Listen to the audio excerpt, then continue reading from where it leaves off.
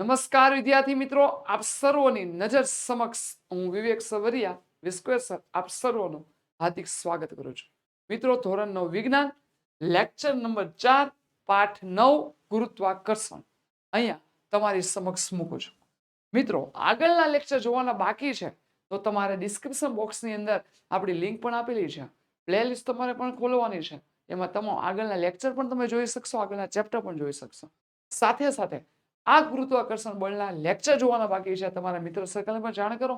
તમે પણ એ લેક્ચરનો લાભ લઈ શકો છો અને પીડીએફ મેળવવા માટે ડિસ્ક્રિપ્શન બોક્સમાં જે કાંઈ લિંક આપણી એપ્લિકેશનને આપી છે એને ડાઉનલોડ કરી લો. મિત્રો, આપણે આવીએ ધોરણનો વિજ્ઞાન. વિડીયોને લાઈક શેર કરવાનું ભૂલશો નહીં અને સબસ્ક્રાઇબ ચેનલને કરવાનું છે. ધોરણનો વિજ્ઞાન પાઠ 9 ગુરુત્વાકર્ષણ લેક્ચર નંબર 4. આર્કિમિડીઝનો સિદ્ધાંત આપો, તેના ઉપયોગો જણાવો. જ્યારે કોઈ પદાર્થને પ્રવાહીમાં આંશિક કે સંપૂર્ણ ડૂબાડવામાં આવે છે ત્યારે તેના પર લાગતું ઉપલા બળ તેનો વિસ્થાપીકરણ પ્રવાહીના વજન જેટલું હોય છે. આને આર્કિમિડીઝનો સિદ્ધાંત કહેવાય. હમણાં તમે જે આગળ જોયું ને ઉપલાવતા એના ઉપયોગો મોસ્ટ ટાઈમ પ્રશ્નો આ પૂછાય એવો જ છે, કરી જ નાખજો. હા, વહાણ અને સબમરીનની રચના કરવામાં દૂધની શુદ્ધતા માપવા માટેના લેક્ટોમીટરમાં, પ્રવાહીની ઘનતા શોધવા માટેના હાઇડ્રોમીટરમાં આર્કિમિડીઝના સિદ્ધાંતની મદદથી ઘન કે પ્રવાહીની વિશિષ્ટ ઘનતા, અનિયમિત આકારના પદાર્થનું કદ, પદાર્થના દ્રવ્યમાં રહેલી ભેળસેળ, મિશ્ર ધાતુના ઘટક દ્રવ્યનું પ્રમાણ વગેરે તમે જાણી શકો છો. એક વજન કાંટા દાખલો છે પણ જોઈ લઈએ. એક વજન કાંટા પર તમારું વજન 42 ન્યૂટન નોંધાય છે. શું તમારું દળ 42 ન્યૂટન કરતાં વધારે છે કે ઓછું? તો વજન કાંટો શું માપે? વજન કાંટો એક પ્રકારનું સ્વિંગ બેલેન્સ છે, જે વસ્તુનું વજન માપે, દળ નથી માપતું. આ પેલા ક્લિયર કરજો.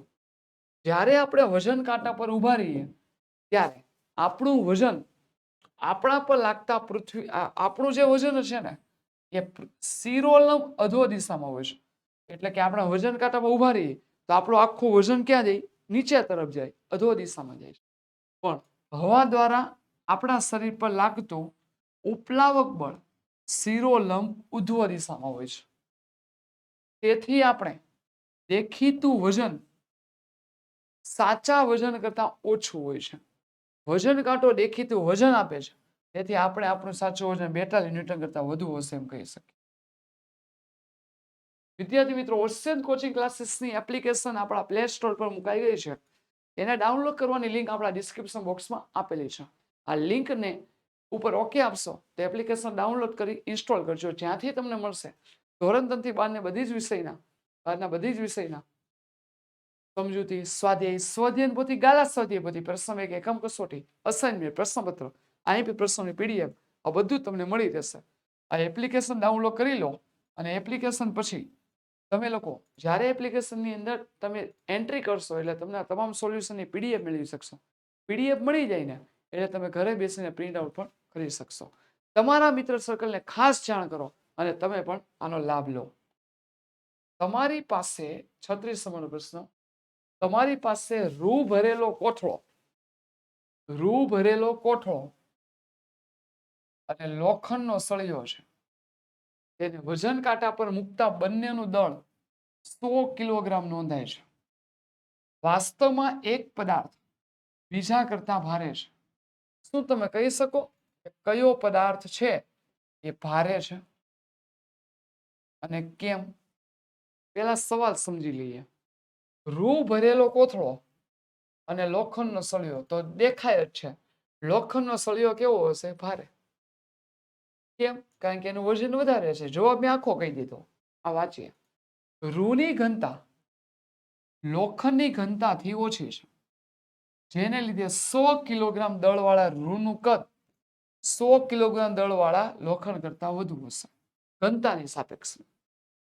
વધુ કદને કારણે 100 કિલોગ્રામ દળવાળું રૂ 100 કિલોગ્રામ દળવાળા લોખંડ કરતા વધારે હવાનું વિસ્થાપન કરે છે. તેથી રૂ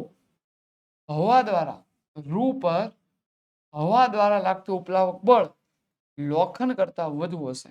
આથી વજન કાંટો જે ખરેખર દેખીતું વજન માપે છે તે લોખંડ કરતા રૂનું વજન વધુ દર્શાવે.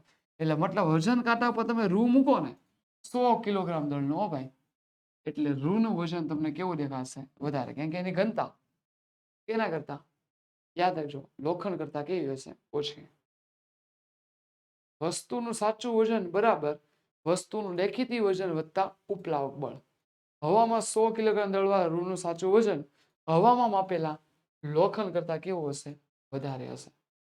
Thanks for watching. તો વિદ્યાર્થી મિત્રો, અહીંયા આપણે આજનો લેક્ચર કેવો કરીએ છીએ? પૂરો. નવા લેક્ચરમાં નવા પ્રશ્નો સાથે મળીશું. ત્યાં સુધી ખૂબ ખૂબ આભાર. Thank you very much.